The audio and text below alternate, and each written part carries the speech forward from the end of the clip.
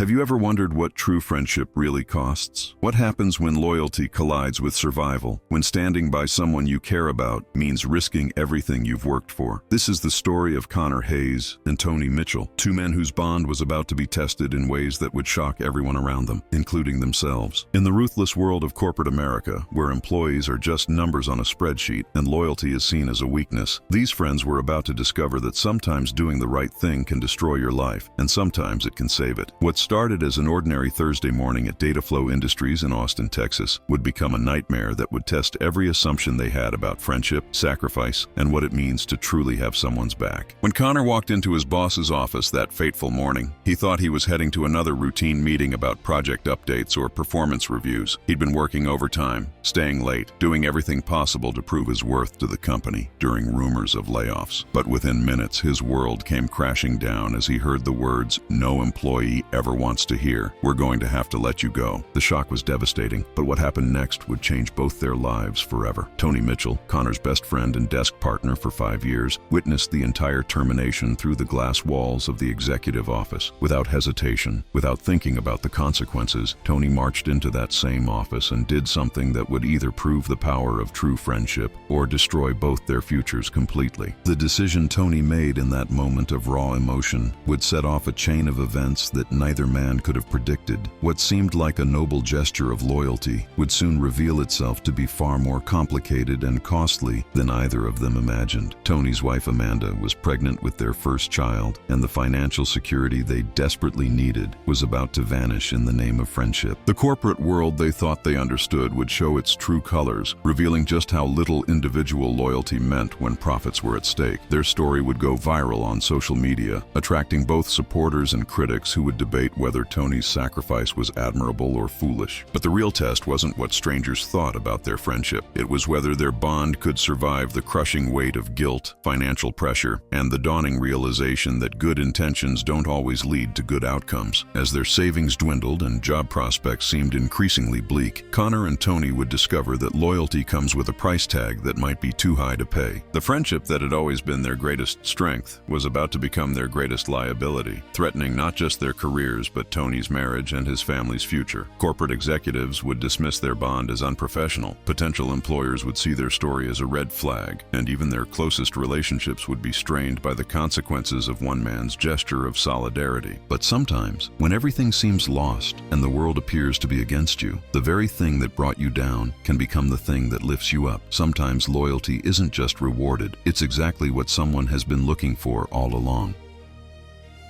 You know how life has this funny way of fooling us into thinking we've got it all figured out? Well, that's exactly what Connor Hayes thought as he walked into the DataFlow Industries building that crisp Monday morning in Austin, Texas. The guy had been climbing the corporate ladder for 5 years straight, and honestly, he felt pretty darn good about where he stood. His friendship with Tony Mitchell had been the one constant through all the ups and downs of their job, and let me tell you, that kind of loyalty is rarer than a unicorn these days. They'd met back in college when Connor was this ambitious kid who thought he could conquer the world, and Tony was the guy who'd have your back no matter what storm was brewing. Their friendship had this beautiful foundation built on trust, shared dreams, and countless late-night conversations about their future. Connor always knew he wanted more responsibility, more recognition, more everything, while Tony seemed content being the steady, reliable force that kept everyone grounded. It's funny how we sometimes take the most precious things in our lives for granted, isn't it? The DataFlow office buzzed with that familiar energy of a tech company on the rise, where young professionals poured their hearts into lines of code and system analyses. Connor and Tony had carved out their little corner of success in this world, working as systems analysts who'd proven their worth time and time again. Their desks sat right next to each other, and you could often catch them bouncing ideas off one another, or sharing a laugh during those brief moments when the workload lightened up. Connor had this drive that was almost infectious. He'd stay late, volunteer for extra projects, and always seemed to be thinking 3 steps ahead. Meanwhile, Tony was the guy everyone turned to when they needed someone dependable, someone whose loyalty never wavered even when things got tough. Their family-like bond extended beyond just work. They'd grab beers after particularly stressful days, celebrate each other's wins, and provide support during the inevitable setbacks that come with any demanding job. The beautiful thing about their friendship was how it seemed to make both of them better at what they did. Connor's ambition pushed Tony to reach higher, while Tony's steadiness kept Connor grounded ended when his drive threatened to overwhelm him. They'd developed this perfect rhythm over the years where they could communicate with just a look across their desks. When Connor got stressed about a deadline, Tony would quietly take on some of his workload without being asked. When Tony needed someone to bounce ideas off, Connor was always ready to listen and offer his perspective. Their loyalty to each other had been tested in smaller ways over the years, covering for each other during sick days, sharing credit on successful projects, and always being honest even when the truth was uncomfortable. The office had become their second home, and their friendship had become the anchor that made even the most challenging days bearable. Connor often joked that Tony was the brother he never had, while Tony would say that Connor brought out the best in him. Their colleagues had noticed this dynamic too. Everyone knew that if you wanted to work with one of them, you'd likely end up working with both. It wasn't just a professional partnership, it was a genuine family bond that had grown stronger with each passing year. Neither of them realized that this foundation of trust and mutual support was about to be tested in ways they never could have imagined. The corporate world they'd been navigating together was about to reveal its true nature, and their friendship would become both their greatest strength and their most vulnerable point. But here's where life gets interesting, and trust me, you'll want to pay attention to this part. Connor had been hearing whispers around the office. You know those hushed conversations that suddenly stop when you walk by? Yeah, those ones. Word was spreading that DataFlow might be going through some restructuring, which is corporate speak for some people are about to lose their jobs. Now, Connor wasn't naive. He'd been in the business world long enough to know that loyalty to a company doesn't always guarantee job security. But he'd also worked his tail off, delivered results that spoke for themselves, and built relationships that he thought would protect him from any potential cuts. Tony, on the other hand, seemed less concerned about the rumors, maybe because his approach to work was different. He focused on doing his job well without getting caught up in office politics or trying to climb every available ladder. Their family dynamics were interesting too. Connor was single and could afford to take risks, while Tony had Amanda, his wife, who was expecting their first child. The weight of providing for a growing family added a different kind of pressure to Tony's professional life. Connor often admired how Tony balanced his ambition with his responsibilities, never letting either suffer. The rumors created this underlying tension in the office that everyone could feel, but nobody wanted to acknowledge directly. People started working a little harder, staying a little later, and being extra careful about their interactions with management. The thing about rumors in a corporate environment is that they spread like wildfire, and before you know it, everyone's walking on eggshells. Connor found himself analyzing every interaction with management, every email, every meeting invitation, looking for signs that might indicate his job was safe. He'd built his entire identity around his professional success, and the thought of losing that foundation was terrifying. Tony, with his characteristic calm demeanor, would often remind Connor that they'd weathered storms before, and that their friendship had always been their anchor through uncertain times. "We've got each other's backs, man," Tony would say with that easy smile of his, and somehow that simple statement would ease Connor's anxiety.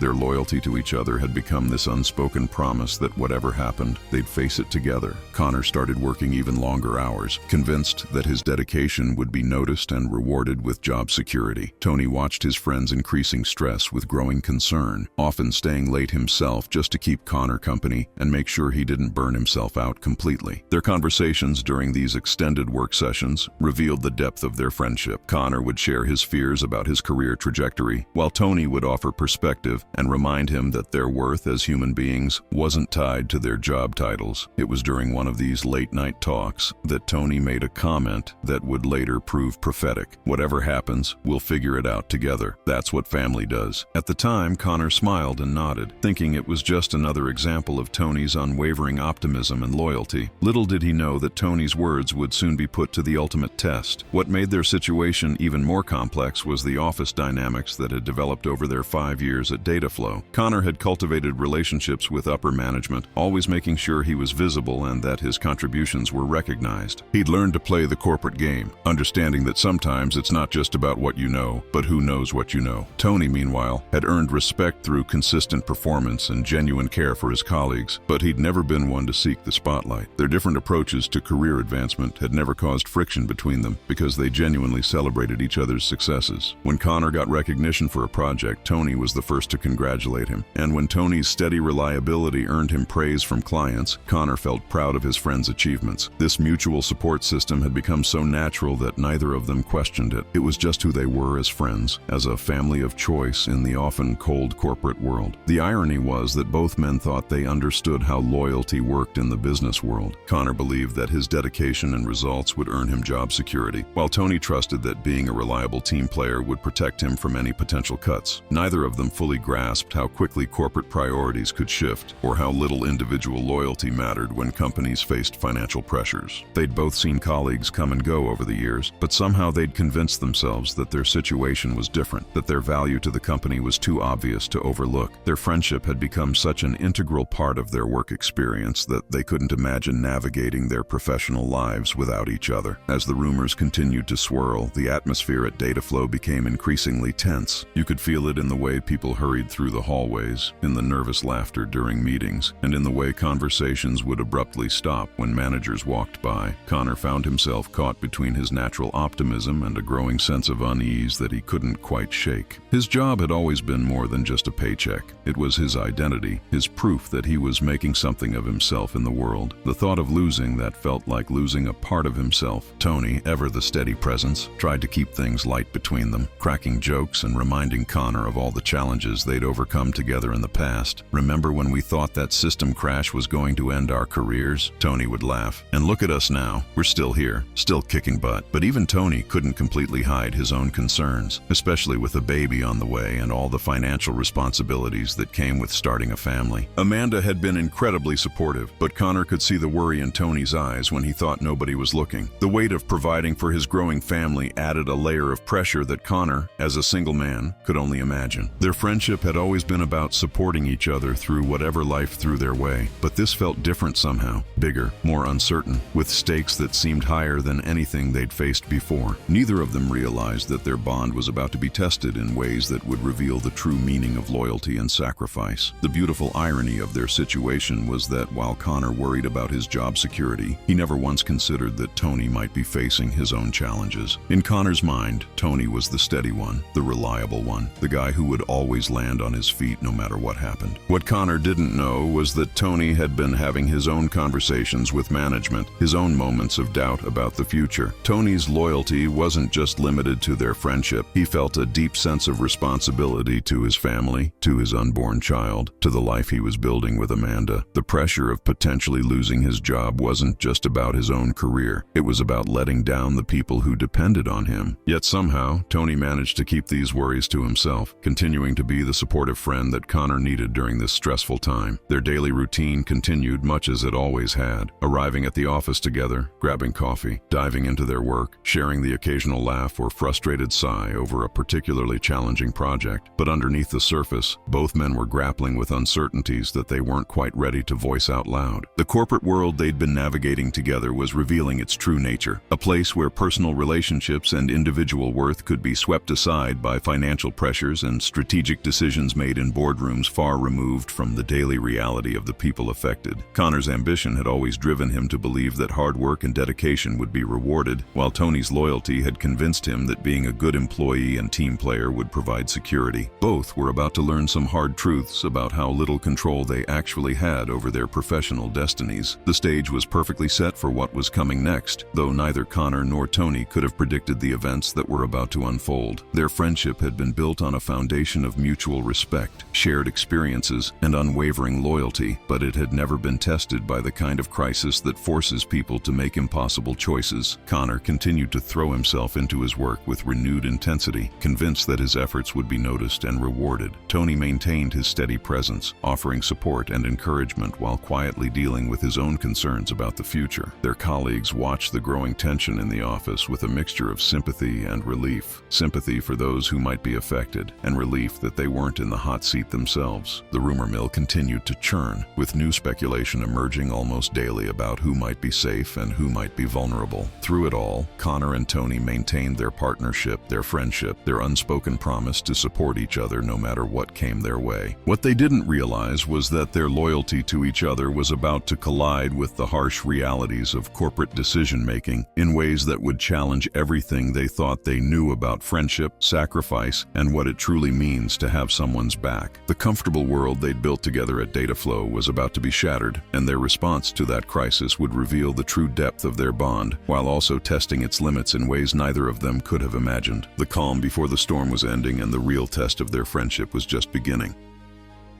Thursday morning started like any other day, but you know how life has this twisted sense of humor. Sometimes the most ordinary moments become the ones that change everything forever. Connor walked into the DataFlow building with his usual confidence, coffee in hand, ready to tackle another day of proving his worth to the company. He'd been working extra hard lately, staying late, volunteering for additional projects, doing everything he could to make himself indispensable. Tony was right there beside him, as always, with that easy smile and calm demeanor that had become Connor's anchor during these uncertain times. Their friendship had this beautiful rhythm. They'd grab their morning coffee together, check in on each other's workload, and settle into their desks side by side. Neither of them had any idea that this particular Thursday would become the day their lives took a dramatic turn. The office buzzed with its usual energy, people hurrying to meetings, phones ringing, the familiar sounds of a busy workplace that had become their second home. Connor felt good about his prospects. He'd been getting positive feedback on his recent projects, and his job performance had been solid. Tony seemed relaxed too, focused on his work, but always ready with a supportive word or a quick joke to lighten the mood. Their loyalty to each other had become such a natural part of their daily routine that they didn't even think about it anymore. It was just who they were, how they operated in this corporate world they'd been navigating together for 5 years. Around 10:30 that morning, Connor's phone buzzed with a message that would change everything. It was from Rebecca Foster's assistant, asking him to come to the director's office for a brief meeting. Now, Connor had been called to Rebecca's office before for project updates and performance reviews, so initially he didn't think much of it. Maybe she wanted to discuss his latest proposal or give him feedback on the system analysis he'd submitted earlier that week. He grabbed his notebook and headed toward the executive wing, giving Tony a quick wave and a "be right back" gesture. Tony looked up from his computer and nodded, that familiar supportive smile on his face. As Connor walked through the office, he felt pretty confident. After all, he'd been working his tail off, and his results spoke for themselves. The hallway to Rebecca's office felt longer than usual, but Connor attributed that to his anticipation about whatever project or opportunity she might want to discuss. He knocked on her door, heard her call, "Come in," and stepped inside with the kind of professional confidence that had served him well throughout his career. Rebecca gestured for him to sit down, and that's when Connor noticed something different in her expression, something that made his stomach tighten just a little. But even then, he couldn't have predicted what was coming next. The corporate world he'd been so confident about navigating was about to reveal its true nature in the most brutal way possible. "Connor, I'm going to get straight to the point," Rebecca said, and those words hit him like a punch to the gut. There's something about the tone people use when they're about to deliver bad news. It's clinical, distant, like they're trying to protect themselves from the emotional impact of what they're saying. "Due to organizational restructuring, we're going to have to let you go. Your last day will be Friday." The words seemed to hang in the air for a moment, and Connor felt like the world had suddenly shifted beneath his feet. This wasn't supposed to happen. Not to him, not after all the hard work, all the late nights, all the dedication he'd poured into this job. His mind raced, trying to process what he was hearing while simultaneously searching for some way to change the outcome. "I don't understand," he managed to say, his voice sounding strange to his own ears. "My performance reviews have been excellent. My projects are on track. I've been putting in extra hours." Rebecca's expression remained professionally neutral as she explained the company's financial pressures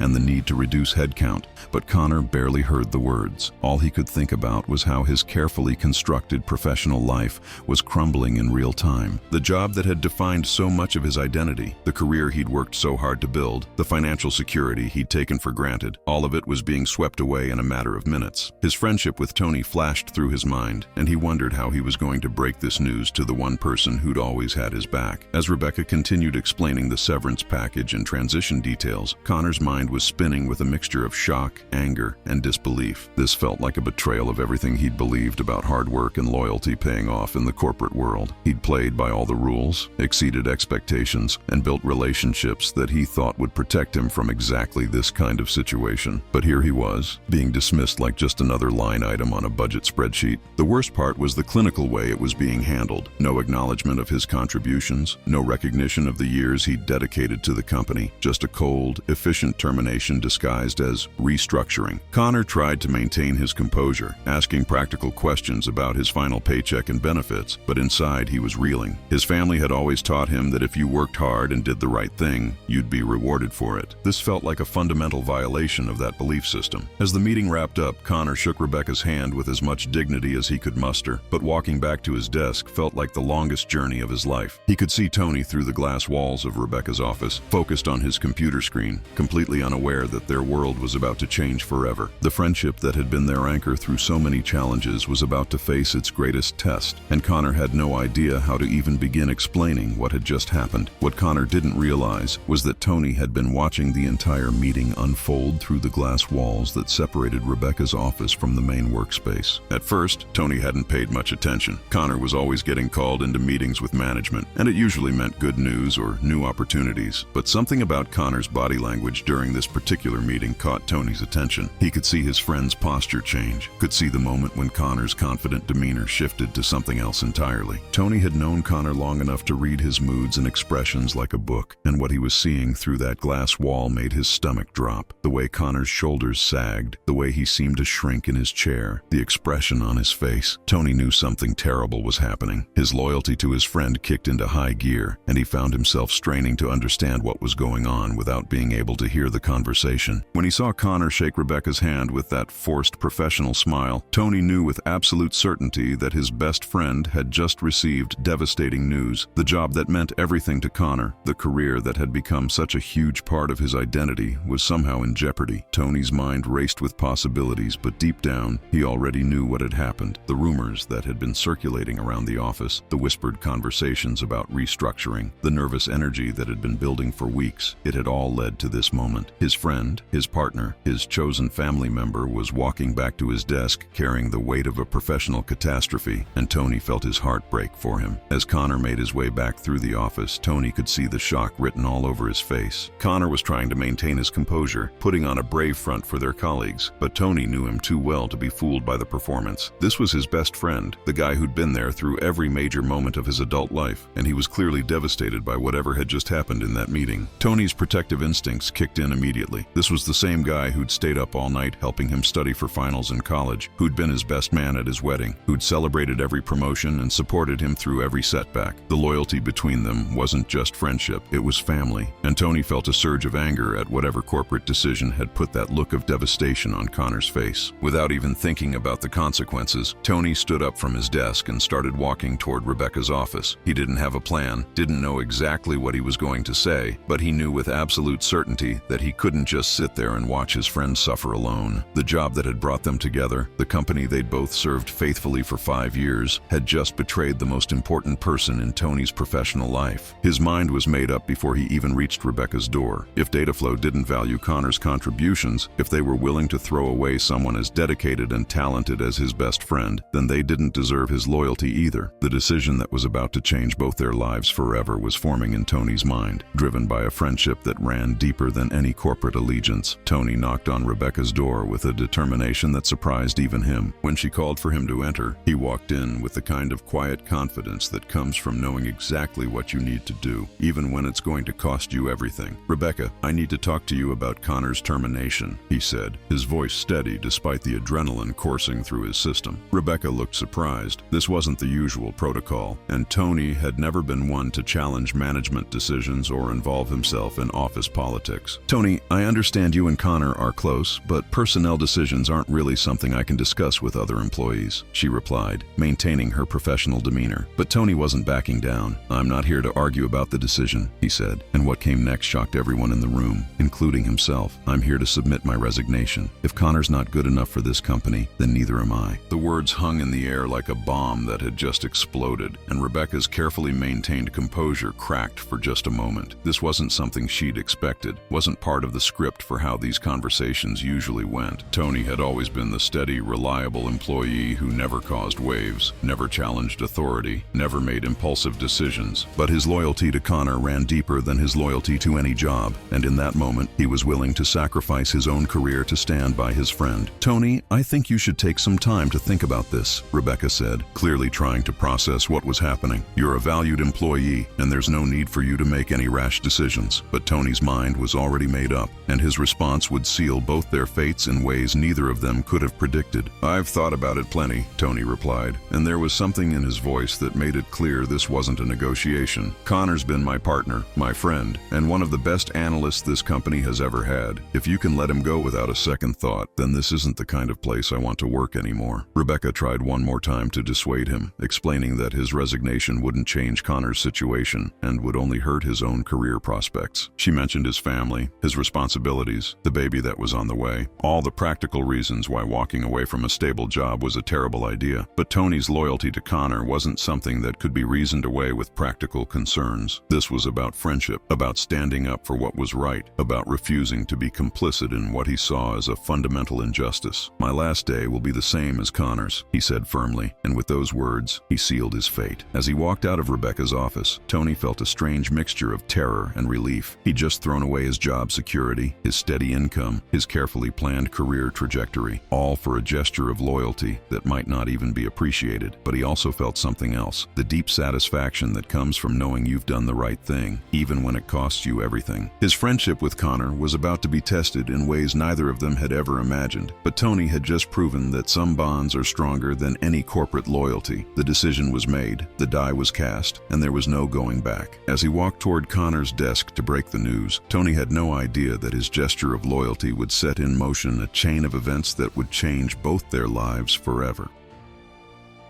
The days following their termination felt like living in some kind of alternate reality where everything familiar had suddenly become foreign and uncertain. Connor couldn't shake the feeling that he was trapped in a nightmare he couldn't wake up from, and the worst part was watching Tony deal with the consequences of a decision that Connor never asked him to make. Their friendship had always been built on mutual support and loyalty, but this felt different, heavier, more complicated, loaded with implications that neither of them had fully considered in the heat of the moment. Connor found himself replaying that Thursday over and over in his mind, wondering if there was something he could have done differently, some way he could have prevented Tony from making such a drastic sacrifice. The guilt was eating him alive, especially when he thought about Amanda and the baby on the way. Tony's job wasn't just about Tony, it was about providing for his growing family, about the financial security they needed during this crucial time in their lives. Connor had always prided himself on being a good friend, but how could he live with himself knowing that his termination had led to Tony throwing away everything he'd worked for? The weight of that responsibility felt crushing, and it was changing the dynamic of their friendship in ways that Connor wasn't sure how to navigate. Their loyalty to each other had always been a source of strength, but now it felt like a burden that was threatening to destroy them both. What made everything worse was Tony's insistence that Connor shouldn't feel guilty about his decision. "I made my choice, man," Tony would say whenever Connor tried to apologize or suggest ways to fix the situation. "Nobody forced me to do anything. I saw what happened to you, and I couldn't just sit there and pretend it was okay." But Connor could see the stress in his friend's eyes, could hear the forced optimism in his voice when he talked about their job search prospects. The easy confidence that had always characterized their friendship was being replaced by something more fragile, more uncertain. Connor started to wonder if Tony was beginning to regret his impulsive decision, if the reality of unemployment was hitting harder than either of them had expected. Their daily routine had completely changed. Instead of heading to the office together, they were spending their days sending out resumes, networking, and trying to maintain some semblance of normalcy while their professional lives crumbled around them. The financial pressure was mounting for both of them, but Connor knew it was hitting Tony harder because of his family responsibilities. Every day that passed without job prospects felt like another nail in the coffin of their friendship, and Connor was starting to panic about the long-term consequences of Tony's loyalty gesture. He'd always believed that their friendship could weather any storm, but this felt like something different, a test that might be too big for even their strong bond to survive. Then came the conversation that changed everything. The moment when Tony revealed just how deep his loyalty had run and how much he'd been hiding from Connor all along. They were sitting in Connor's apartment, laptops open, scrolling through job listings with the kind of desperate determination that comes from running out of options. Connor was complaining about the lack of responses to his applications when Tony suddenly closed his laptop and looked at him with an expression that Connor had never seen before. "There's something I need to tell you," Tony said, and the seriousness in his voice made Connor's stomach drop. "I knew about your termination before it happened." The words hit Connor like a physical blow, and for a moment he couldn't process what he was hearing. "What do you mean you knew?" Connor asked, his voice barely above a whisper. Tony took a deep breath and explained that he'd overheard conversations between Rebecca and other executives weeks earlier, discussions about budget cuts and personnel decisions that had made it clear Connor was on the chopping block. "I tried to warn you indirectly," Tony said, "but I didn't know how to tell you outright without breaking confidentiality or making things worse." Connor felt like the ground was shifting beneath his feet again. Not only had his best friend sacrificed his job for him, but he'd been carrying the burden of knowing about Connor's fate for weeks without saying anything. The loyalty that Connor had always admired in Tony suddenly felt more complicated, more painful, loaded with implications that he wasn't sure how to process. But that wasn't the end of Tony's revelations, and what came next hit Connor even harder than the first bombshell. "There's more," Tony said, and Connor could see how difficult this was for him to admit. "A few weeks ago, Rebecca offered me a promotion to team supervisor. It would have meant more money, more security, better benefits, everything Amanda and I need with the baby coming." Connor felt his heart sink as he realized what was coming next. "I turned it down," Tony continued, "because I knew it would mean staying with the company while they were planning to get rid of you. I couldn't take a promotion knowing that my best friend was about to be thrown under the bus." The weight of this revelation was staggering. Tony hadn't just sacrificed his current job for Connor, he'd also given up a significant career advancement that would have provided exactly the kind of financial security his growing family needed. Connor felt sick thinking about the opportunity Tony had walked away from, the promotion that could have changed everything for him and Amanda. "Why didn't you tell me?" Connor asked, though he wasn't sure he really wanted to know the answer. "Because you would have insisted I take it," Tony replied, "and I couldn't live with myself knowing I'd advanced my career while yours was being destroyed." The loyalty that had always been the foundation of their friendship was revealing itself to be more complex and costly than Connor had ever imagined, and he wasn't sure their relationship could survive the weight of such enormous sacrifices. The guilt that Connor felt after learning about Tony's rejected promotion was unlike anything he'd ever experienced. Here was his best friend, the guy who'd always had his back, who'd literally given up his financial future to stand by him during the worst moment of his professional life. The job market was tough, and they both knew that finding positions with comparable salaries and benefits wasn't going to be easy. But while Connor was single and could afford to take risks or accept lower-paying positions temporarily, Tony had real responsibilities: a pregnant wife, a mortgage, and all the expenses that come with starting a family. The promotion Tony had turned down wasn't just about money, it was about providing stability and security for the people who depended on him most. Connor started doing the math in his head, calculating how much income Tony had sacrificed, how much financial stress he'd taken on, all in the name of friendship and loyalty. It was staggering, and it made Connor question everything he thought he knew about their relationship. Had he been taking Tony's loyalty for granted all these years? Had he been so focused on his own ambitions that he'd failed to appreciate the depth of his friend's commitment to their friendship? The weight of these questions was crushing, and Connor found himself wondering if their friendship had become too one-sided, too costly for Tony to maintain. The very loyalty that had always been their strength was starting to feel like a burden that might destroy them both, and Connor didn't know how to fix it. As the days turned into weeks, the tension between them continued to build, even though both men were trying their best to maintain their usual dynamic. Connor could see the stress taking its toll on Tony, the forced smiles, the careful optimism, the way he'd change the subject whenever Amanda's pregnancy or their financial situation came up in conversation. Their job search wasn't going well for either of them, but Connor knew that Tony was feeling the pressure more acutely because of his family responsibilities. Every rejection letter, every unanswered application, every day that passed without income was another reminder of what Tony had given up for their friendship. Connor started to wonder if Tony was beginning to regret his decision, if the reality of unemployment was making him question whether their loyalty to each other was worth the cost. The easy camaraderie that had always characterized their relationship was being replaced by careful conversations and unspoken tensions. Connor found himself walking on eggshells around his best friend, afraid to say anything that might remind Tony of the sacrifices he'd made or the opportunities he'd lost. Their friendship had always been effortless, but now it required constant effort to maintain, and Connor wasn't sure how long either of them could keep up the pretense that everything was okay. The loyalty that had once been their greatest strength was becoming the source of their greatest strain, and Connor was starting to panic about whether their friendship would survive this test. The breaking point came during a conversation with Amanda that Connor accidentally overheard while visiting their apartment. Tony was in the shower, and Connor was waiting in the living room when Amanda's phone rang. It was her mother, and Connor couldn't help but overhear Amanda's side of the conversation. "I know he did it for Connor," Amanda was saying, her voice tight with stress, "but I can't help wondering if he thought about us at all before making that decision. We're having a baby, Mom. We need stability, not grand gestures." Connor felt like he'd been punched in the stomach as he listened to Amanda express the fears and frustrations that Tony had been hiding from him. "I love that he's loyal to his friends," she continued, "but sometimes I feel like his friendship with Connor comes before his family responsibilities." The words cut deep because Connor knew they were true. Tony's loyalty to him had indeed come at the expense of his family's financial security, and Amanda had every right to be upset about it. When Tony emerged from the shower and found Connor looking stricken, he immediately knew something was wrong. "You heard that, didn't you?" Tony asked, and Connor could only nod. The conversation that followed was one of the most difficult they'd ever had, forcing both men to confront the real cost of Tony's loyalty and the impact it was having on everyone around them. Their friendship was being tested, not just by external circumstances, but by the recognition that their loyalty to each other might be hurting the people they both cared about most. The weight of everything that had happened was starting to crush both of them, and Connor could see that their friendship was reaching a breaking point. Tony's sacrifice had been meant as a gesture of loyalty and support, but it was becoming a source of guilt and tension that neither of them knew how to handle. Connor found himself questioning whether he deserved the kind of friendship that Tony had shown him, whether anyone deserved to have someone sacrifice so much for them. The job search continued to be frustrating for both of them, but the real challenge was figuring out how to preserve their friendship while acknowledging the enormous cost of Tony's decision. Connor knew that something had to change. They couldn't continue pretending that everything was fine while the weight of Tony's sacrifice threatened to destroy not just their friendship, but Tony's family as well. The loyalty that had always been the foundation of their relationship was revealing itself to be more complicated and dangerous than either of them had ever imagined. As Connor lay awake at night, staring at the ceiling and replaying every conversation, every decision, every moment that had led them to this point, he realized that their friendship was about to face its greatest test yet.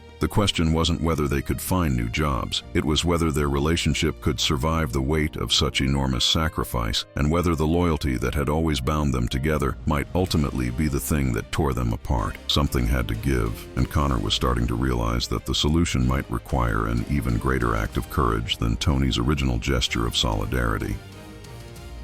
The moment Amanda knocked on Connor's apartment door, he knew his world was about to change again. There's something about the way people carry themselves when they're about to have a conversation that will alter everything. Their posture, their expression, the energy they bring into a room. Amanda had that look, and Connor's stomach dropped before she even said a word. He'd been expecting this confrontation ever since he overheard her phone conversation with her mother, but that didn't make it any easier when it actually happened. "We need to talk," she said, and those 4 words carried the weight of everything that had been building up since Tony made his impulsive decision to quit his job. Connor invited her in, offered her coffee, tried to maintain some semblance of normalcy, but they both knew this wasn't a social visit. Amanda was there to talk about her husband's loyalty, about the friendship that had just cost their family its financial security, about the baby on the way, and the bills that needed to be paid. Connor had always liked Amanda. She was smart, supportive, and perfect for Tony in every way. But sitting across from her in his living room, he could see the stress and frustration that Tony had been trying so hard to hide. This wasn't just about a job anymore. This was about family, about responsibility, about the real-world consequences of grand gestures made in moments of emotional intensity. The loyalty that Connor had always admired in Tony was about to be examined from a perspective he'd never fully considered before. Amanda's presence in his apartment represented everything that was at stake, not just their friendship, but Tony's entire future as a husband and father. Connor could see the careful control in her posture, the way she was holding herself together while her world fell apart around her. The weight of what was coming felt suffocating, and Connor realized that this conversation would force him to confront truths about their friendship that he'd been desperately trying to avoid. "I need you to understand something," Amanda began, and Connor could hear the careful control in her voice, the way she was trying to stay calm while discussing something that was clearly tearing her apart. "I love my husband, and I love that he's the kind of person who stands by his friends no matter what. But Connor, we're having a baby in 4 months, and Tony just threw away the best job he's ever had." The words hit Connor like physical blows, each one a reminder of the cost of Tony's loyalty. "Do you know about the promotion he turned down?" she continued, and Connor nodded, unable to trust his voice. That promotion would have meant an extra $20,000 a year, better health insurance, job security, everything we need right now, and he walked away from it because he couldn't bear the thought of advancing his career while yours was ending. Connor felt the familiar wave of guilt wash over him, but Amanda wasn't finished. "I'm not saying he was wrong to support you," she said, "but I need you to understand that his decision affects more than just him. It affects our family, our future, our ability to provide for our child." The weight of her words was crushing, and Connor realized that he'd been so focused on his own guilt and Tony's sacrifice that he hadn't fully considered the ripple effects on everyone else in their lives. Amanda's pregnancy wasn't just a joyful addition to their family. It was a financial responsibility that required stability and planning, both of which had been thrown into chaos by Tony's gesture of friendship. Connor could see the exhaustion in Amanda's eyes, the way she was carrying not just the physical burden of pregnancy, but the emotional weight of watching her husband destroy their financial security in the name of loyalty. The friendship that had always seemed so pure and admirable was revealing its darker side, the way it could become destructive when taken to extremes. What came next was even harder to hear, because Amanda wasn't just venting her frustrations. She was asking Connor to help her figure out how to move forward. "I know Tony would never ask this of you," she said, "but I'm wondering if there's any way you could convince DataFlow to take him back. Maybe if you explained that his resignation was just an emotional reaction, that he's willing to return and accept the promotion they offered." Connor's heart sank as he realized what she was really asking. She wanted him to help undo Tony's gesture of loyalty, to essentially ask his friend to abandon the stand he'd taken and return to the company that had treated Connor so callously. The irony was devastating. The very friendship that had led to this crisis might be the only thing that could solve it, but only if Connor was willing to ask Tony to betray the principles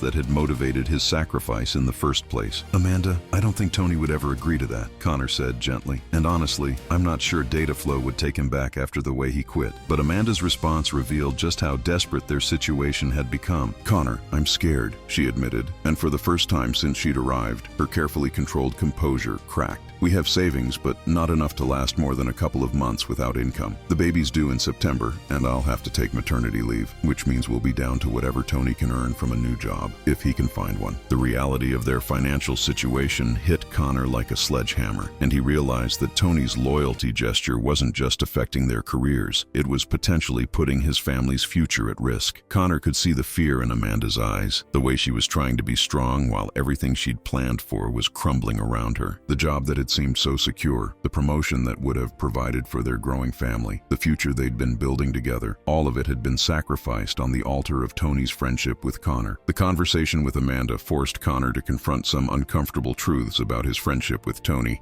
and the real cost of the loyalty they'd always celebrated. As she laid out their financial situation in stark detail, the mortgage payments, the medical bills, the preparations for the baby, the mounting expenses that couldn't be put on hold while they figured out their next steps, Connor realized that he'd been living in a bubble of guilt and self-pity while Tony's family faced real, practical consequences. "I need you to talk to him," Amanda said, and Connor could hear the desperation in her voice. "Not about going back to DataFlow, but about being realistic about our situation. He won't listen to me when I try to discuss the financial pressure we're under. He just keeps saying everything will work out, that you two will find something better, that this is all going to be worth it in the end." Connor understood what she was really saying. Tony was so committed to maintaining his loyalty gesture that he was refusing to acknowledge the damage it was causing to his family. The friendship that had always been a source of strength for both men was becoming a source of denial and avoidance for Tony, preventing him from facing the reality of what his decision had cost. "He's protecting you from feeling guilty," Amanda continued, "but he's also protecting himself from admitting that maybe he made a mistake." The weight of this revelation was staggering. Not only had Tony sacrificed his job and his promotion for Connor, but he was now sacrificing his family's peace of mind to avoid admitting that his gesture of loyalty might have been misguided. Connor could see how this was tearing Amanda apart, watching the man she loved destroy their future while refusing to acknowledge what he was doing. The loyalty that Connor had always admired was revealing itself to be a form of stubborn pride that was hurting everyone involved. Amanda's words forced Connor to see their friendship from a completely different perspective, one where Tony's greatest strength had become his greatest weakness. After Amanda left, Connor sat in his apartment staring at the walls and trying to process everything she'd told him. The friendship that had always been the most important relationship in his life was revealing itself to be more complicated and potentially destructive than he'd ever imagined. Tony's loyalty wasn't just affecting Tony, it was affecting Amanda, their unborn child, and their entire future together. Connor found himself wondering if their friendship had become toxic, if the bond that had sustained them through so many challenges was now causing more harm than good. The guilt he'd been carrying since Tony's resignation had evolved into something deeper and more complex, a recognition that their relationship might be fundamentally unbalanced, with Tony consistently sacrificing more than Connor could ever repay. The job search that had seemed like their biggest challenge was actually just a symptom of a much larger problem. Their friendship had reached a point where Tony's loyalty was destroying his life, and Connor's acceptance of that loyalty was making him complicit in that destruction. As he replayed Amanda's words over and over in his mind, Connor realized that something had to change dramatically, and soon. The question wasn't just how to find new jobs, it was how to save Tony's family from the consequences of a friendship that had become too costly to maintain. Connor felt trapped between his love for his best best friend and his growing awareness that their relationship was causing real harm to innocent people. The weight of responsibility was crushing, and he wasn't sure how to move forward without destroying either Tony's family or their friendship. Amanda's visit had opened his eyes to the collateral damage of their situation, and Connor realized that he could no longer pretend that this was just about the two of them. There were bigger stakes now, more important considerations than their professional pride or their personal bond. The friendship that had always been his anchor was becoming the thing that might sink them all. The next few days were torture for Connor as he watched Tony continue to put on a brave face while his world crumbled around him. Every morning, Tony would show up at Connor's apartment with coffee and a smile, ready to tackle another day of job searching with the same optimism he'd always brought to their friendship. But Connor could see through the performance now. He could see the stress in Tony's eyes, the way his hands shook slightly when he thought no one was looking, the forced nature of his laughter when they joked about their situation. The loyalty that had always been Tony's greatest strength was becoming his greatest weakness, preventing him from acknowledging the reality of what his sacrifice had cost his family. Connor found himself in an impossible position. He wanted to help his friend, but he wasn't sure if helping meant supporting Tony's continued denial or forcing him to confront the truth about their situation. Every conversation felt loaded with unspoken tensions. Every shared moment was shadowed by the knowledge of what Amanda had told him. Connor started to realize that their friendship had reached a crisis point where maintaining the status quo meant watching Tony destroy his family's future, but challenging it meant potentially destroying the most important relationship in both their lives. The weight of this responsibility was crushing, and Connor found himself questioning everything he thought he knew about loyalty, friendship, and what it means to truly care about someone. He could see how Tony was compartmentalizing his life, keeping his job search separate from his family responsibilities, his friendship with Connor separate from his marriage to Amanda. But Connor knew that these compartments were artificial, that everything was connected, and that Tony's refusal to see the big picture was making everything worse. The loyalty that had once made their friendship beautiful was now making it dangerous, and Connor didn't know how to address that without destroying everything they'd built together. Every smile from Tony felt like a lie. Every optimistic comment felt like denial, and Connor was starting to understand that true friendship might require him to be the bad guy, to force Tony to confront truths he didn't want to face. The breaking point came when Connor accidentally saw Tony's bank statement while they were working on their laptops at a coffee shop. Tony had stepped away to take a phone call, leaving his computer open to an online banking page that revealed just how dire their financial situation had become. The numbers were devastating. Savings that were disappearing faster than Connor had imagined, credit card balances that were climbing steadily, automatic payments for the mortgage and car loans that were eating away at their remaining resources with terrifying efficiency. Connor felt sick as he realized that Tony's family was facing financial ruin in a matter of weeks, not months, and that Tony had been hiding the severity of their situation from everyone, including Amanda. The checking account balance was lower than Connor's monthly rent, and there were overdraft fees that suggested Tony had been juggling payments and hoping for the best. Connor could see pending charges for baby supplies, medical appointments, and basic living expenses that were going to bounce if Tony didn't find income soon. The credit card statements showed a pattern of using plastic to cover essential expenses, a dangerous spiral that could destroy their credit and make it even harder to recover financially. When Tony returned to the table, Connor could barely look at him without feeling overwhelmed by guilt and panic. The casual way Tony sat down and resumed their conversation about job prospects felt surreal given what Connor had just discovered. "Find anything interesting?" Tony asked, referring to the job listings Connor had been browsing, and Connor had to fight the urge to scream about the financial catastrophe that was unfolding right in front of them. The disconnect between Tony's optimistic demeanor and the reality of his financial situation was staggering, and Connor realized that his friend was either in complete denial or was hiding the truth to protect everyone around him from panic. Either way, the situation was unsustainable, and Connor knew that something had to be done immediately before Tony's family lost everything. The loyalty that had started this crisis was now preventing Tony from taking the drastic action needed to solve it, and Connor realized that he might be the only person who could force his friend to face reality. "Tony, we need to talk," Connor said, and something in his voice made Tony's smile falter for the first time in days. "About what?" Tony asked, but Connor could see that he already knew what was coming. The conversation that followed was one of the most difficult of Connor's life, as he forced his best friend to confront the reality of what his loyalty had cost and what it was continuing to cost every day they remained unemployed. "I saw your bank statement," Connor said quietly, and he watched Tony's face go through a series of emotions: surprise, embarrassment, anger, and finally resignation. "It's not as bad as it looks," Tony started to say, but Connor cut him off. "Tony, you're going to lose your house. You're going to destroy your credit. Amanda's going to have a baby in 4 months, and you won't be able to afford the medical bills." The words hung in the air between them, and Connor could see Tony's carefully constructed optimism cracking under the weight of reality. "I can't go back to DataFlow," Tony said, his voice barely above a whisper. "I can't work for people who would treat you like that. It would feel like betraying everything our friendship stands for." Connor felt his heart break for his friend, understanding for the first time how trapped Tony felt between his loyalty and his responsibilities. "But what about Amanda?" Connor asked. "What about the baby? What about your family's future?" The question forced Tony to confront the impossible choice he'd been avoiding, and Connor could see the moment when his friend realized that his gesture of loyalty might have been the biggest mistake of his life. The friendship that had always been their strength was revealing itself to be their weakness, and Connor knew that whatever happened next would change everything between them forever. The loyalty that had brought them to this point might be the only thing that could save them, but it would require a different kind of sacrifice than either of them had ever imagined. The weight of truth was crushing them both, and Connor realized that their friendship was about to face its ultimate test.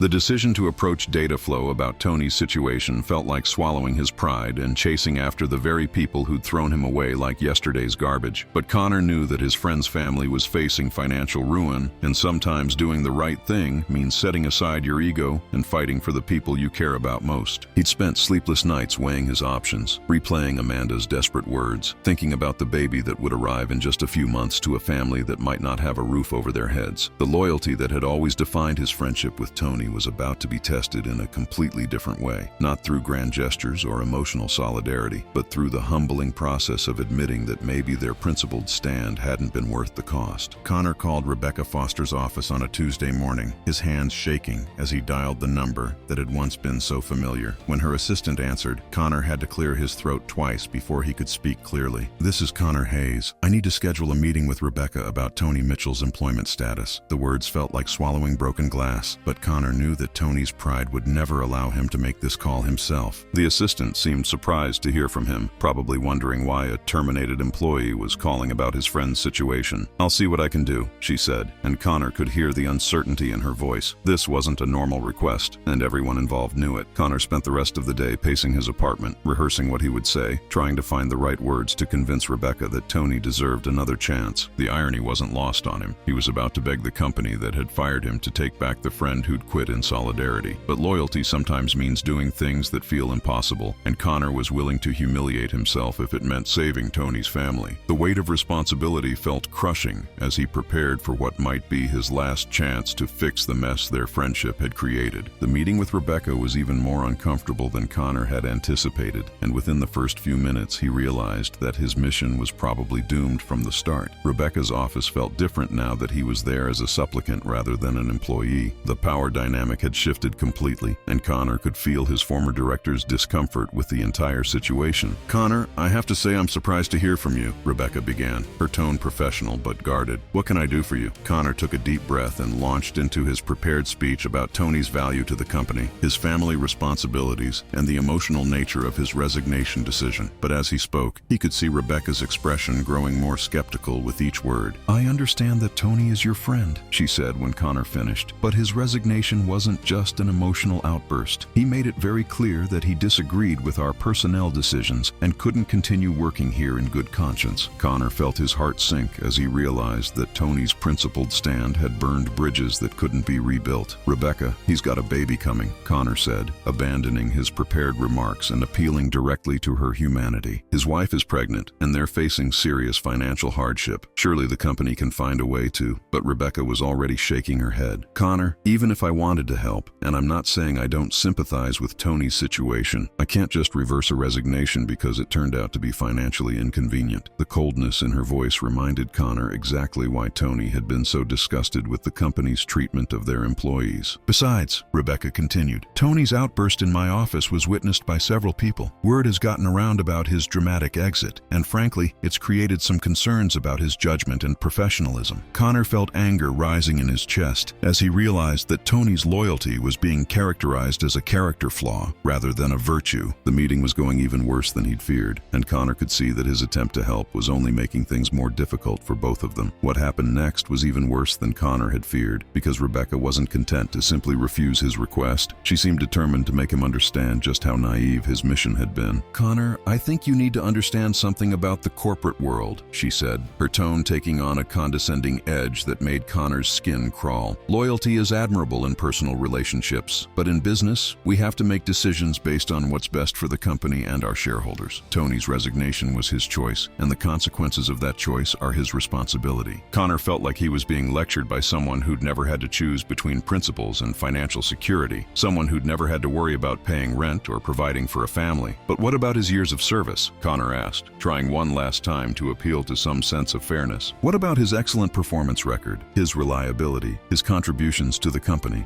Rebecca's response revealed just how little individual employees meant in the grand scheme of corporate decision-making. "Connor, Tony was a good employee, but he wasn't irreplaceable. We've already redistributed his responsibilities among the remaining team members, and frankly, we're managing just fine without him." The casual dismissal of Tony's 5 years of dedicated service hit Connor like a physical blow, and he finally understood why his friend had been so disgusted with the company's values. "I'm sorry I can't help you," Rebecca continued, "but Tony made his bed, and now he'll have to lie in it." The meeting ended with Connor walking out of the DataFlow building, feeling more defeated than he had since his own termination, knowing that he'd failed to save his friend's job and had probably made things worse by highlighting just how little the company cared about its former employees. The loyalty that had brought them to this point was being punished rather than rewarded, and Connor realized that the corporate world had no place for the kind of friendship he and Tony shared. As he drove home, Connor felt the weight of his failure crushing down on him, knowing that he'd have to tell Tony that their last hope had been extinguished. The job that had once seemed so secure, the company they'd both served faithfully, had revealed its true nature in the most brutal way possible. The conversation with Tony about the failed meeting was one of the most painful experiences of Connor's life, because he had to watch his best friend's last hope crumble while trying to maintain some semblance of optimism about their future. Tony listened to Connor's account of the meeting with Rebecca in silence, his face growing more resigned with each detail. When Connor finished explaining how coldly his request had been rejected, Tony just nodded and said, "I figured as much, but thanks for trying." The quiet acceptance in Tony's voice was somehow worse than anger or disappointment would have been. It suggested that Tony had already given up hope of finding a solution to their crisis. "So what do we do now?" Connor asked, and Tony's response revealed just how desperate their situation had become. "I've been thinking about that," Tony said, and Connor could see the exhaustion in his friend's eyes. "I might have to take whatever job I can find, even if it means starting over at entry level somewhere. Amanda's been looking at part-time work she could do from home after the baby comes, but that won't be much income." Connor felt sick thinking about Tony having to rebuild his career from scratch while supporting a newborn, taking jobs that paid a fraction of what he'd been earning at DataFlow. The promotion Tony had turned down would have provided the financial security his family needed, but now he was looking at years of struggle just to get back to where he'd been before his gesture of loyalty. "Tony, I'm so sorry," Connor said, but his friend just shook his head. "Don't apologize for my choices," Tony replied. "I knew what I was doing when I quit, and I'd do it again. Some things are more important than money." But Connor could see the doubt in Tony's eyes, the way he was questioning whether his principles were worth the cost his family was paying. The loyalty that had always been Tony's defining characteristic was becoming a source of internal conflict, and Connor realized that his friend was being torn apart by the competing demands of friendship and family responsibility. The weight of watching Tony struggle with these impossible choices was crushing Connor's spirit, and he began to wonder if their friendship was worth the price everyone was paying for it. As word of Connor's failed attempt to get Tony rehired spread through their network of former colleagues, the reactions were swift and brutal in their honesty. Some people admired Connor's effort to help his friend, but others saw it as confirmation that both men had poor judgment and were difficult to work with. Marcus Johnson, the veteran analyst who'd always been supportive, called Connor to share some disturbing news about how their situation was being perceived in the industry. "I hate to tell you this," Marcus said, "but people are talking about what happened at DataFlow, and not in a good way. Some hiring managers are seeing Tony's resignation as a red flag. They're worried he might be impulsive or difficult to manage." Connor felt his stomach drop as he realized that Tony's gesture of loyalty wasn't just affecting his current situation, but could potentially damage his career prospects for years to come. "What about me?" Connor asked,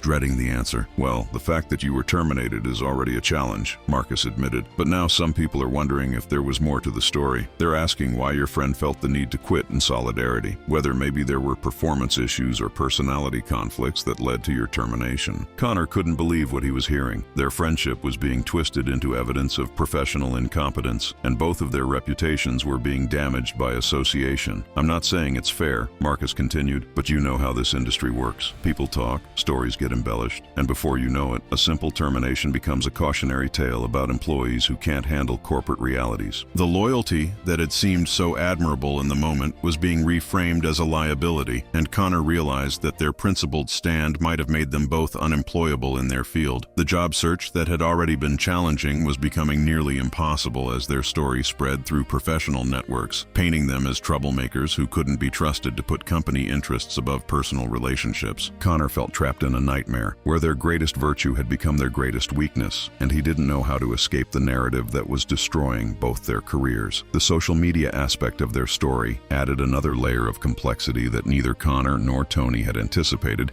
and it quickly spiraled beyond their control in ways that made their situation even more complicated. Someone, they never figured out who, had shared their story on LinkedIn, framing it as an inspiring tale of friendship and loyalty in the corporate world. The post went viral within days, attracting thousands of comments, shares, and reactions from people who saw their situation as either admirable or foolish. "True friendship in action," wrote some commenters, while others posted things like, "This is why you never mix business with personal relationships." Connor watched in horror as their private crisis became public entertainment, with strangers debating the merits of Tony's decision and offering unsolicited advice about their job search. Some people reached out with genuine offers to help, but others seemed to enjoy criticizing their choices from the safety of their own secure employment. The attention was overwhelming and mostly unwanted. Connor had never asked to become a poster child for workplace loyalty, and he could see that Tony was equally uncomfortable with the public scrutiny. "I just wanted to support my friend," Tony said after reading some of the more critical comments, "not become some kind of internet sensation." But the viral nature of their story had taken on a life of its own, and they had no control over how it was being interpreted or shared. The loyalty that had been a private matter between friends was now being dissected by thousands of strangers, each with their own opinions about what Tony should have done and what their friendship really meant. Connor realized that their situation had become a case study in the dangers of mixing personal relationships with professional decisions, and that realization made him question everything about the choices they'd made. The friendship that had always been their strength was now being examined under a microscope, and Connor wasn't sure it would survive the scrutiny. The viral attention brought both supporters and critics, but it also brought a level of public pressure that made their private struggles feel like performance art, and Connor hated every minute of it.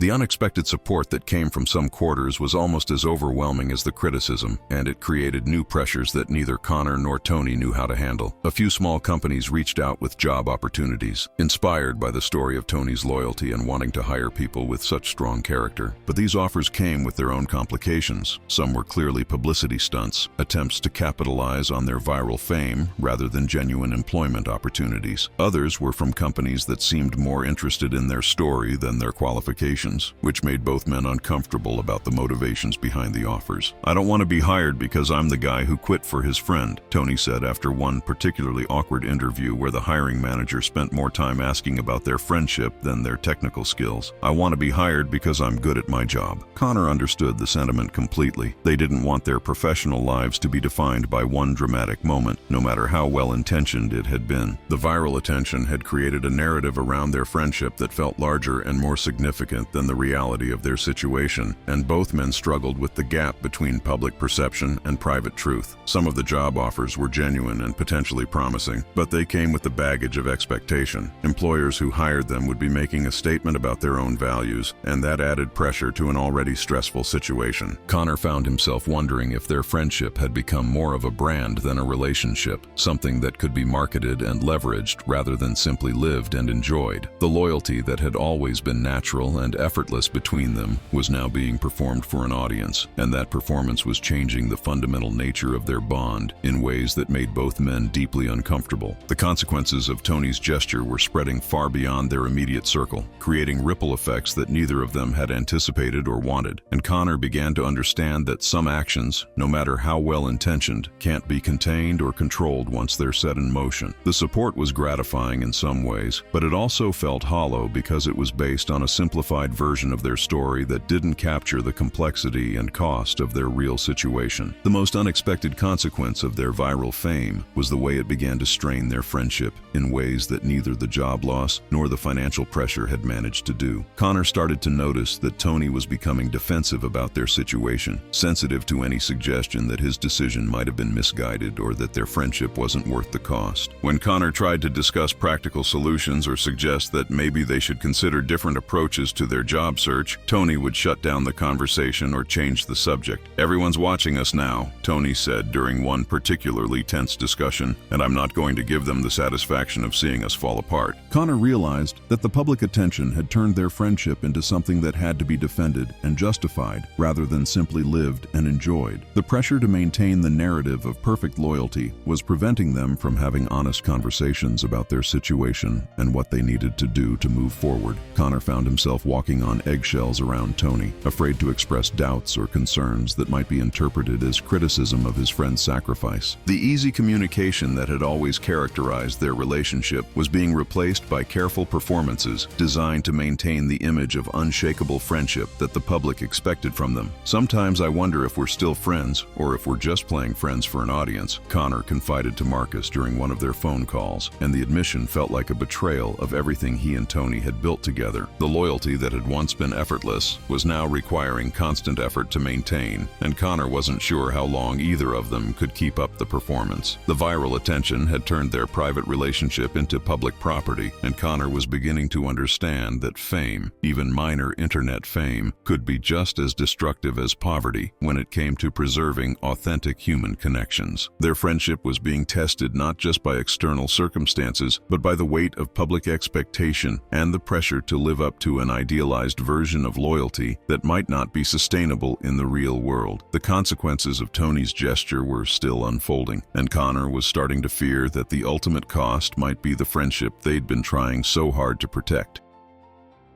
When Marcus Johnson called Connor with news about a potential opportunity, it felt like the first ray of sunshine after months of relentless storm clouds. "There's someone you and Tony need to meet," Marcus said, his voice carrying an excitement that Connor hadn't heard in weeks. "Her name is Rachel Kim, and she's the CEO of a startup called Next Gen Solutions. She read about your story online, but not in the way you might think." Connor's heart sank slightly, expecting another publicity-seeking employer who was more interested in their viral fame than their actual skills. But Marcus quickly clarified that this was different. "Rachel's not looking to capitalize on your story," he explained. "She's actually been through something similar herself. She left a major tech company a few years ago because of ethical disagreements, and she's built NextGen around the idea that loyalty and integrity shouldn't be liabilities in the business world." Connor felt a spark of hope for the first time in months, but he was also cautious. They'd been disappointed too many times by opportunities that seemed promising, but turned out to be dead ends or publicity stunts. "What kind of company is it?" Connor asked, trying to manage his expectations while allowing himself to feel optimistic. "They're developing innovative software solutions for small and medium-sized businesses," Marcus replied. "Rachel's been looking for experienced analysts who understand both the technical side and the human side of business operations. When she read about Tony's loyalty and your friendship, she said it reminded her of the kind of culture she's trying to build." The conversation continued for another 20 minutes, with Marcus explaining that Rachel wanted to meet with both of them, not as a formal interview, but as an exploratory conversation about whether there might be a mutual fit. As Connor hung up the phone, he felt something he hadn't experienced in months, genuine hope that their nightmare might finally be coming to an end. The loyalty that had cost them so much might finally be recognized as the asset it had always been. The meeting with Rachel Kim was unlike any job interview either Connor or Tony had ever experienced, and from the moment they walked into the Next Gen Solutions office, they could feel that this was a different kind of company. The space was modern but comfortable, with an open layout that encouraged collaboration and communication. Rachel herself was warm and approachable, greeting them with genuine smiles and offering coffee before settling into what felt more like a conversation between friends than a formal business meeting. "I want to start by saying that I'm not here to exploit your story or turn your friendship into a marketing opportunity," Rachel began, immediately addressing the concern that had plagued them throughout their job search. "I'm interested in talking to you because I believe that loyalty and integrity are exactly the kind of qualities that make companies stronger, not weaker." Connor and Tony exchanged glances, both feeling a sense of relief at Rachel's straightforward approach. "Tell me about your experience at DataFlow," Rachel continued. "Not the version that's been circulating online, but the real story of what happened and how you've been dealing with it." For the next hour, Connor and Tony found themselves sharing their experiences in a way they hadn't been able to do with any other potential employer. Rachel listened without judgment, asking thoughtful questions and showing genuine interest in their perspectives on workplace culture, employee loyalty, and the challenges of maintaining personal relationships in professional environments. "What I'm hearing," Rachel said when they finished, "is that you're both talented professionals who were caught in a situation where your values conflicted with corporate priorities. That's not a weakness. That's exactly what I'm looking for." The conversation shifted to NextGen's mission and culture, and Connor found himself getting excited about the possibility of working for a company that actually valued the qualities that had made their friendship so strong. Tony seemed equally engaged, asking detailed questions about the company's projects and growth plans. For the first time since their termination, they were being evaluated based on their skills and character rather than being judged for their loyalty to each other. What made the conversation even more remarkable was Rachel's willingness to be vulnerable about her own experiences with workplace loyalty and the costs of standing up for your principles. "5 years ago, I was a senior developer at Tech Global," she shared, "and I discovered that the company was cutting corners on security protocols to meet deadlines. When I raised concerns, I was told to keep quiet and focus on my own responsibilities." Connor could see where this was going, and he felt a kinship with Rachel that went beyond professional interest. "I tried to work within the system for months," Rachel continued, "but eventually I realized that staying silent made me complicit in something I couldn't live with, so I quit, even though I didn't have another job lined up and even though everyone told me I was throwing away a great career." The parallels to Tony's situation were striking, and Connor could see his friend leaning forward with interest. "Starting NextGen was my way of proving that you can build a successful company without compromising your values," Rachel explained. "We've grown from just me in a coffee shop to a team of 15 talented people who all share a commitment to doing business the right way." Connor felt his excitement building as Rachel described the company's approach to employee relations, their focus on work-life balance, and their commitment to treating people as human beings rather than just resources. "The reason I wanted to meet with you," Rachel said, looking directly at both of them, "is because I think you understand something that a lot of people in our industry have forgotten, that loyalty and integrity aren't just nice ideas, they're practical business advantages." The job that had seemed like such a distant possibility was starting to feel real, and Connor found himself imagining what it would be like to work for someone who actually valued the qualities that had gotten them into trouble at DataFlow. The friendship that had been such a liability in their job search was finally being recognized as the asset it had always been. The specific roles that Rachel had in mind for them were even better than Connor had dared to hope, offering not just employment but genuine opportunities for growth and leadership. "I'm looking for a senior systems analyst to lead our infrastructure development," Rachel explained, looking at Connor, "and a project coordinator who can manage client relationships and internal operations," she continued, turning to Tony. "These aren't entry-level positions. They're leadership roles that would put you both in charge of significant aspects of our business." Connor felt his heart racing as Rachel outlined the responsibilities and opportunities that each position would offer. The salary ranges she mentioned were competitive with what they'd been earning at DataFlow, and the benefits package included things like flexible scheduling, professional development funding, and equity participation that could make them genuine stakeholders in the company's success. "But here's what's most important to me," Rachel said. "I want you to work together. The partnership you've developed over the years, the way you support each other and bring out the best in each other's work, that's exactly what NextGen needs as we continue to grow." Connor couldn't believe what he was hearing. Not only was their friendship not a liability, it was actually being seen as a valuable asset that could contribute to the company's success. Tony looked equally stunned, and Connor could see the emotion in his friend's eyes as he realized that their loyalty to each other was finally being rewarded rather than punished. "I know you've been through a lot," Rachel continued, "and I'm not asking for an immediate decision. Take some time to think about it, talk it over with your families, and let me know what questions you have." The meeting ended with handshakes and genuine smiles, and as Connor and Tony walked out of the NextGen office, they both felt like they were floating on air. The job opportunity that had seemed so impossible just hours earlier was now a real possibility, offering not just financial security, but the chance to work for someone who shared their values and appreciated their friendship. The loyalty that had cost them so much was finally being recognized as the strength it had always been. The conversation with Amanda about the next-gen opportunity was emotional and cathartic in ways that Connor hadn't expected, and it marked a turning point in how Tony's family viewed the sacrifices that had been made in the name of friendship.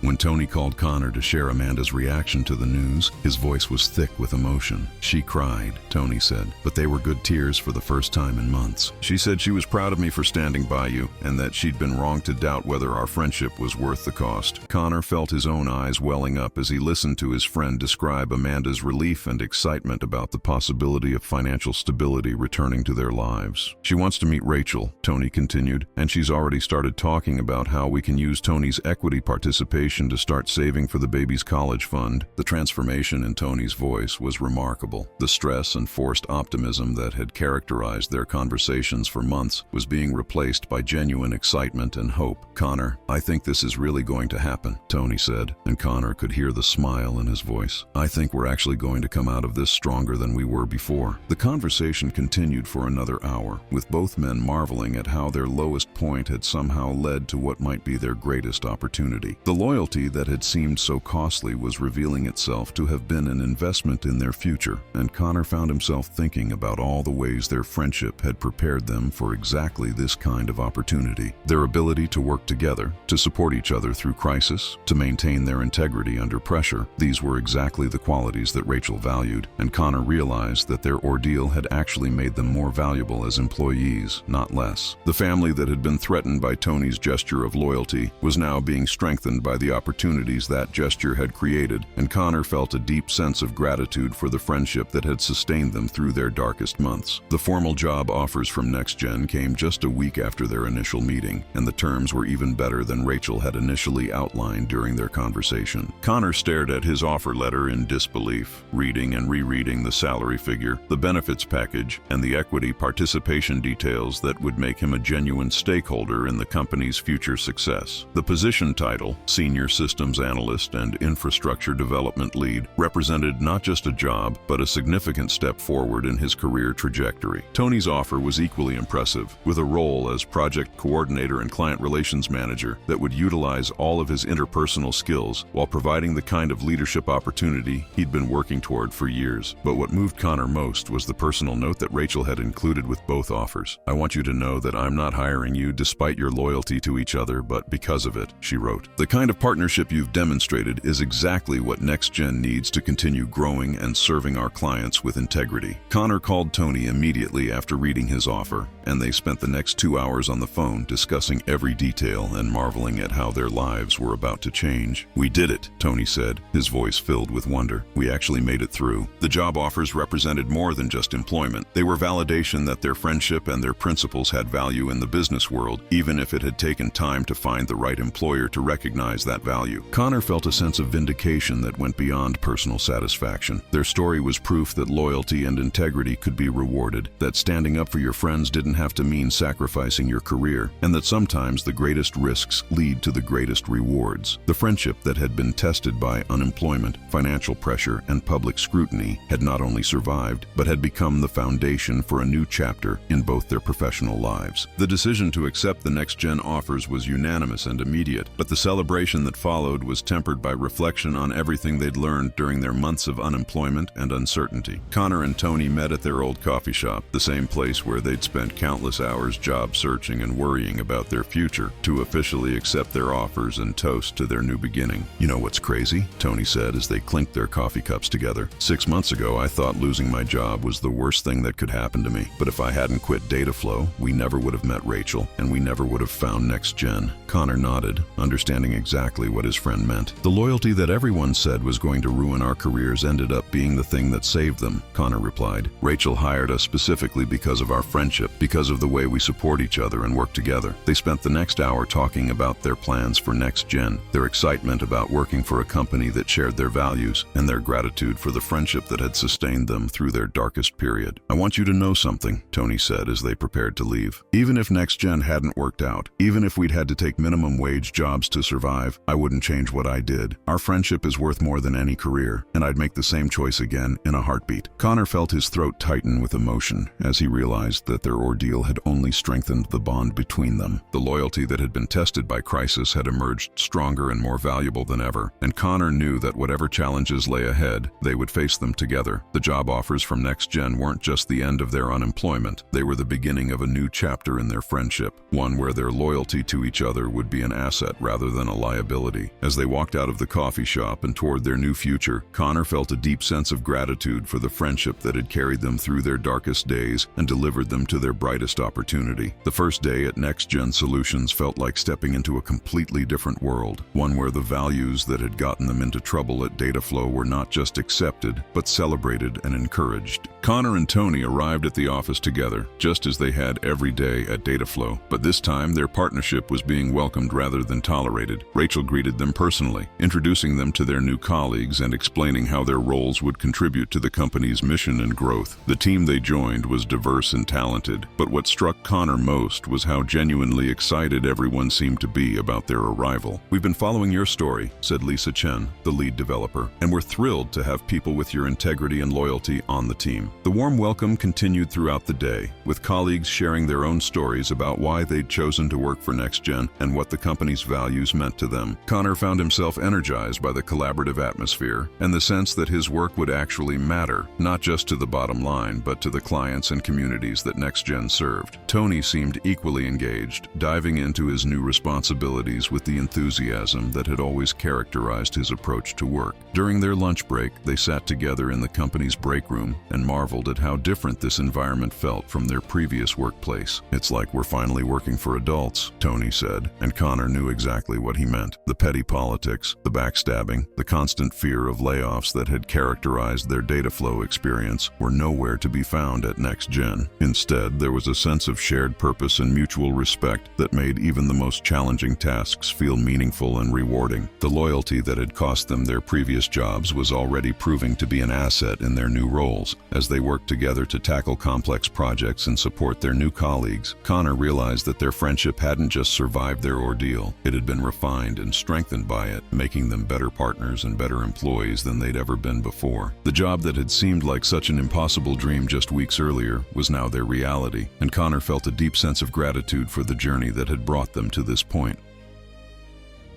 Looking back on their journey from the comfortable offices of NextGen Solutions, Connor and Tony often marvel at how their darkest moment became the catalyst for their greatest opportunity. What seemed like a career-ending disaster actually revealed the true value of their friendship and led them to a workplace that celebrated the very qualities that had gotten them fired from DataFlow. Their story proves that sometimes the most painful experiences are actually preparing us for something better, something we never could have imagined when we were in the middle of the struggle. The loyalty that cost them their jobs ultimately became the foundation for careers that were more fulfilling and financially rewarding than anything they'd experienced before. Rachel Kim didn't hire them despite their friendship. She hired them because of it, recognizing that the kind of partnership they'd demonstrated was exactly what her company needed to continue growing and serving clients with integrity. The viral attention that had initially felt like a burden eventually connected them with opportunities they never would have discovered through traditional job searching. While some people criticized Tony's decision as impulsive or unprofessional, others recognized it as exactly the kind of character and loyalty they wanted in their organizations. NextGen wasn't the only company that reached out. Several other employers expressed interest in hiring people who had demonstrated such strong values under pressure. The story that had made them temporarily unemployable in some circles had also made them highly sought after in others, proving that there are still businesses that value integrity over conformity. Their experience taught them that the corporate world isn't monolithic. While some companies see loyalty as a liability, others recognize it as one of the most valuable assets an employee can bring to the workplace. The financial struggles that had seemed so overwhelming during their months of unemployment became a distant memory as both men settled into roles that offered not just competitive salaries, but equity participation in a growing company. Tony's family was able to welcome their new baby with financial security and optimism about the future, while Connor found himself in a leadership position that utilized all his skills and experience. More importantly, they were working for an organization that shared their values and encouraged the kind of collaborative partnership that had always made them stronger as individuals. Their friendship didn't just survive the crisis, it was refined and strengthened by it, making them more effective partners and more valuable employees than they'd ever been before. The loyalty that had been tested by unemployment, financial pressure, and public scrutiny emerged stronger and more purposeful than ever. Perhaps the most important lesson from their experience is that standing up for your principles, even when it costs you everything, can ultimately lead to opportunities that align with your values and reward your integrity. Tony's decision to quit in solidarity with Connor wasn't just an emotional gesture. It was a statement about the kind of person he was and the kind of workplace he wanted to be part of. That statement eventually reached someone who shared those values and was looking for exactly that kind of character in her employees. Their story demonstrates that while doing the right thing might not always be rewarded immediately, it often leads to better outcomes than compromising your principles for short-term security. The friendship that seemed like such a liability in the corporate world of DataFlow became their greatest asset in the entrepreneurial environment of next-gen solutions. This story shows that what seems like the end of everything can actually be the beginning of something better, and that true loyalty, while it may be tested and costly, ultimately reveals its worth when you find people who recognize and value it. If this made you think about the friendships in your own life, about the people who would stand by you when everything falls apart, then share this story with them. Sometimes we need to be reminded that loyalty still matters, that integrity still has value, and that the relationships we build are more important than the jobs we hold. Hit that like button if you believe that true friendship is worth fighting for. Subscribe to see more stories about people who chose principles over profit, and let us know in the comments about a time when someone's loyalty made all the difference in your life. Because in a world that often feels cold and calculating, stories like Connor and Tony's remind us that human connection and genuine care for one another can still triumph over corporate indifference and create opportunities we never imagined possible.